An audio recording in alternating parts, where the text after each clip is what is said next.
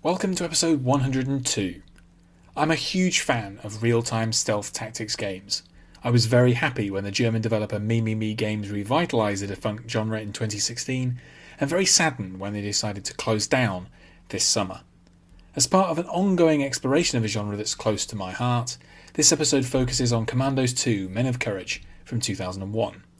Pyro Studios' landmark sequel was a boldly ambitious follow-up to the 1998 original, which sparked the whole genre. What makes this game playable over 20 years later, and which of its clever ideas have made their way into the revivals of recent years? In 1998, Madrid-based video game developers Pyro Studios produced a shock hit with their landmark game Commandos Behind Enemy Lines. It shifted 900,000 copies and did particularly well in the UK and Germany. Eventually it would prove to be the trigger point for a small but uniquely engaging subgenre of real-time stealth tactics games. These sprang up in the early 2000s, died off, and were then revived in 2016. After the release of the standalone expansion Beyond the Call of Duty in 1999, Pyro's British publisher Eidos were eager to profit from another success. They put their weight behind the Spanish developers, who set to work on a sequel with a hefty budget of $7 million. Flush with cash and manpower, Pyro ultimately delivered an almost recklessly ambitious follow-up, 2001's Commandos 2 Men of Courage. Over 20 years later, the game is still an essential entry in the genre that Pyro invented. Commandos 2 is definitely a product of its time, and its learning curve can be steep for those more familiar with the friendlier revivals made by Me Games. It's exuberant but imperfect, with a number of new concepts and systems which could have been better implemented.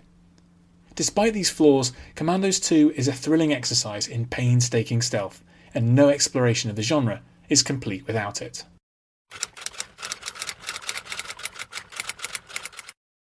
Wish You Were Here: Environments, Visuals and Sound. The original Commandos introduced a group of 6 crack soldiers: the Green Beret, the Spy, the Marine, the Driver, the Sniper and the Sapper. Over the course of 20 meticulously designed World War II missions, players used these troops' unique skills to scupper German plans in various locales in Europe and North Africa. The game was defined by its beautiful 2D environments, thoughtful slow-paced gameplay and punishing difficulty, which demanded frequent saving and loading. Commandos 2 doubles down on all of these elements.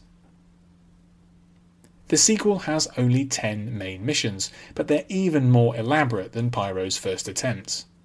The developers expanded their reach, setting several missions in the Pacific Theatre. They added accessible interiors to each location, which range from a cavernous submarine pen at La Rochelle to a network of tunnels that thread through Savo Island.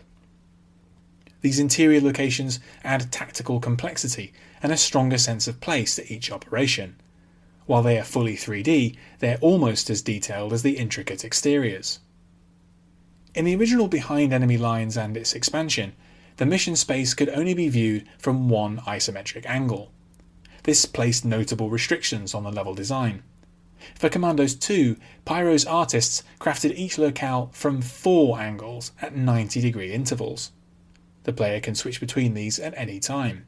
At first, this is deeply confusing, and it is a significant part of the game's learning curve. After the first mission or two, it almost becomes second nature, and represents a step closer to the fully 3D games which have dominated the genre since 2016. The achievements of Pyro's art team in Commandos 2 are extraordinary. The sequel stands tall as one of the best looking games of its era, and its painterly, handmade approach helps it continue to look fantastic over 2 decades later. The third mission, White Death, is often cited as the game's highest visual achievement. Set in the Arctic Circle, it requires the Marine to rescue his comrades from the vicinity of an icebound Kriegsmarine destroyer. Conversely, sound is the game's technical weak point. Effects are often weak and undercooked, which undermines the carefully crafted atmosphere. Happily, the music is much better, a fine score by Pyro's regular composer Matteo Pasquale, although he would deliver superior work for the developer's last great game, Praetorians, in 2003.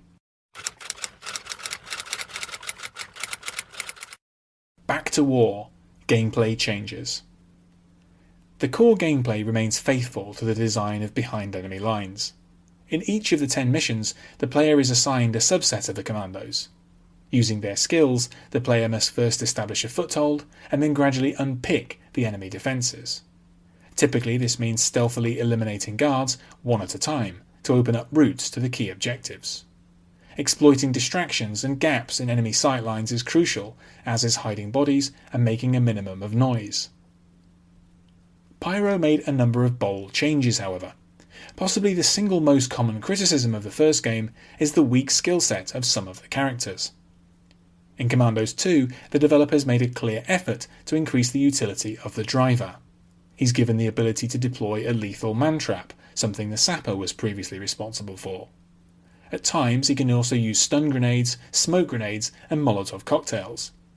The net result is that the driver is a little more useful than before. Ironically, he almost never gets the chance to drive a vehicle. Unfortunately, Pyro paid little attention to the sniper, who was given no new abilities of note and mostly remains dead weight. The new characters are also flawed. The Thief sounds good on paper, a fast, nimble character able to reach otherwise inaccessible places.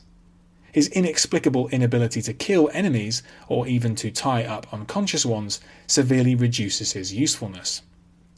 For her part, the Seductress is a half-baked fusion of the Spy and the Sniper, who only makes rare appearances. Pyro arguably should have better balanced the core 6 characters, rather than introducing underwhelming new ones. The core 6 do benefit though from some across-the-board changes. They can all knock out enemies, and everyone except the Thief can tie them up.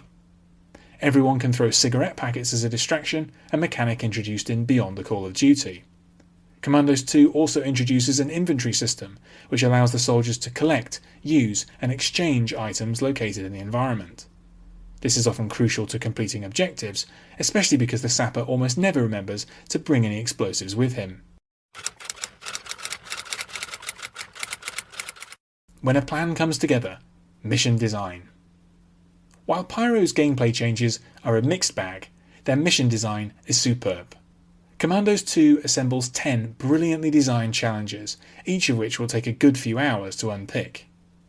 While the original game risked becoming samey at times, Commandos 2 revels in variety.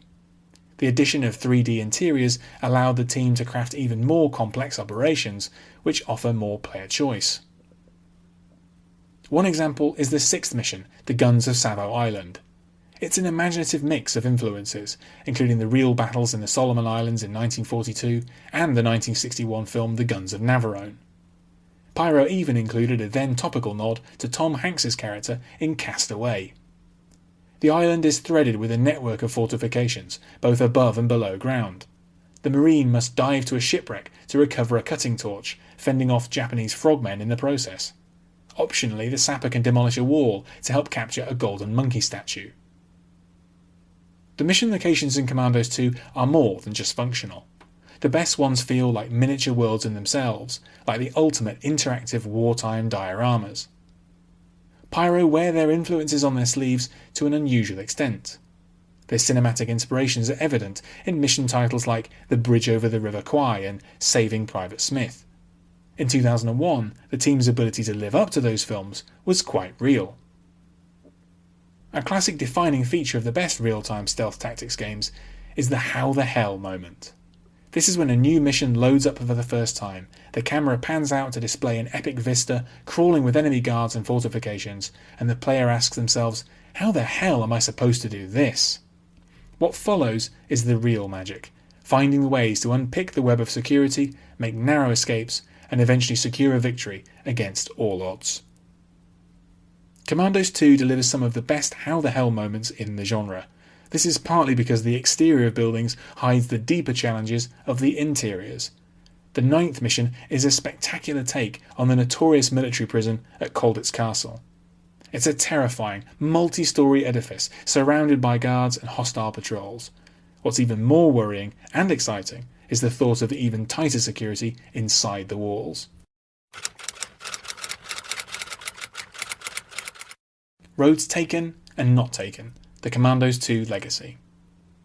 Pyro Studios seized the unique opportunity in their development of Commandos 2. With the greater resources available to them, they greatly increased their ambition. This is evident not only in the scale and complexity of the missions, but also in the grab bag of new and adjusted game mechanics. The game has an important legacy within the genre, because of the way other developers did or did not take up these ideas. For example, there are several gameplay concepts that Pyro experimented with in Commandos 2 that only other developers explored thoroughly. In the Guns of Savo Island, it's possible to hide bodies in dense undergrowth. Mimimi Games used this as a crucial mechanic in Shadow Tactics Blades of the Shogun in 2016 and subsequent projects. Similarly, at one point the thief is given a pet rat, Spike, which can be sent out to distract enemies. Again, Mimimi Games have implemented this idea much more consistently and successfully. Other ideas pioneered by Commandos 2 have largely not been taken forward.